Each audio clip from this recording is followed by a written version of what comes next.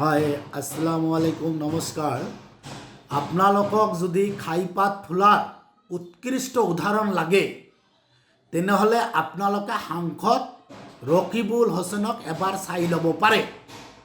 এওঁ দাতাকৰ্ণৰ পুনৰজনক ধুবুৰী লোকসভা সমষ্টিৰ ভোটাৰৰ মুখৰ ভাত কাঢ়ি লৈ লখিমপুৰত 10 লাখ টকাৰ অনুমোদন দিলে ধুবুৰী সাংসদ পুঁজিৰ পৰা। আপোনালোকে সকলোৱে জানে যে ধুবুৰী লোকসভা সমষ্টি অসমৰ ভিতৰত এক পিছপৰা সমষ্টি, এক জনবহুল এলেকা, ৰাস্তা ঘাটৰ সুচল অৱস্থা নাই, আন্তঃগাঁথনিক নাই, বাণিজ্যিক কেন্দ্ৰক নাই। তাৰ উপৰিও বানপানী আৰু গৰাখহনীয়াই ৰাইজক জুৰুলা কৰি পেলাইছে, মাটি হেৰুৱাইছে, ভেটি হেৰাইছে।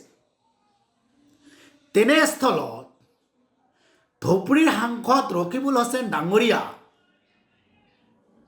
আগন্তুক পঞ্চায়ত নিৰ্বাচন টিকিট প্ৰাৰ্থীৰ টিকিট দিয়াৰ কাৰণে যাতে কোনো ধৰণৰ বাধা নাহে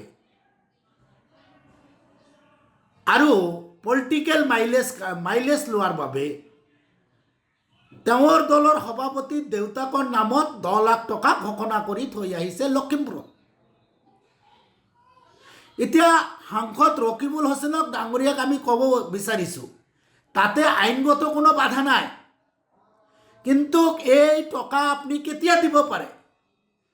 যেতিয়া তাতে ইমাৰ্জেঞ্চি হয়, যেতিয়া তাত মহামাৰী হয়, যেতিয়া প্ৰাকৃতিক দুৰ্যোগ হয়। আপুনি জনাবনে লখিমপুৰত কি প্ৰাকৃতিক দুৰ্যোগ, কি মহামাৰী, কি ইমাৰ্জেঞ্চি আপুনি এই 10 লাখ টকা ঘোষণা কৰিলে, অনুমোদন দিলে ধুবুৰী সাংসদ পুঁজিৰ পৰা? আৰু আপোনাক জানিব খুজিছোঁ আপোনাৰ পৰা যে ৰকিবুল হুছেইন ডাঙৰীয়া আপোনাৰ সাহস হ'বনে লখিমপুৰৰ সাংসদ পুঁজিৰ পৰা 10 লাখ টকা আনি ধুবুৰীত কিবা কমিউনিটি হল কৰা? আপোনাৰ সাহস আছে? যদি ইমানে দৰত, ইমানে দাতা আপুনি এই 2 নম্বৰী কৰি যে চাকৰিবিলাক দিছিল, পইচা ঘটিছিল, এইবিলাক পইচা তাতে দিলে ভাল আছিল। আমাৰ সাংসদ পুঁজিৰ 10 লাখ টকা লখিমপুৰত কিয়? সাংসদ হৈছে বুলি সৰ্বসভা হৈছে নাভাবিব। আজমল ডাঙৰীয়া ভাবিছিল মই অজয়, মোক কোনোই পৰাজয় কৰিব নোৱাৰে। ৰাইজে এই চকনি দিছে তেওঁক।